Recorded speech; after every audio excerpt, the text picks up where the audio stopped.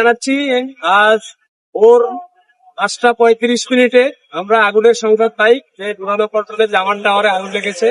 তো সংবাদ পাওয়ার সাথে সাথে আমাদের নিয়ারেস্ট ফায়ার স্টেশন সিদ্দিক বাজার, অর্থাৎ আমাদের অধিদপ্তরে যে ফায়ার স্টেশনটা, সেই সিদ্দিক বাজার ফায়ার স্টেশন মুভ করে এখানে আসার পর আগুনের ভয়াবহতা দেখে তারপর আরো সাহায্য চাই।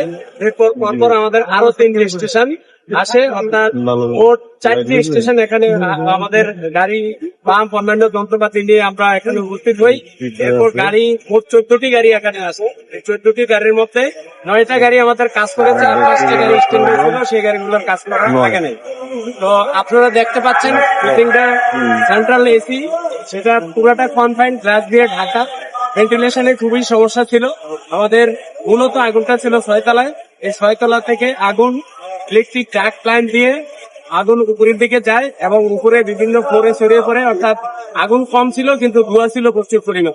আপনারা যারা এখানে হাজির ছিলেন, আমাদের 6 তলায় গ্লাস ভাঙার পর কি পরিমাণ ধোঁয়া বের হয়েছে সেটা আপনারা দেখতে পেয়েছেন। অর্থাৎ ভেন্টিলেশন সমস্যার কারণেই এটা আমাদের এই 7, 8, 9, 10 তলার মধ্যে আগুন এবং ধোঁয়া ছড়িয়ে পড়েছিল। বৈদ্যুতিক ট্রাক লাইন এবং সিঁড়ি, সেই সিঁড়িতেও ধোঁয়া ছড়িয়ে পড়ে। এটা আমাদের উপরে উঠা এবং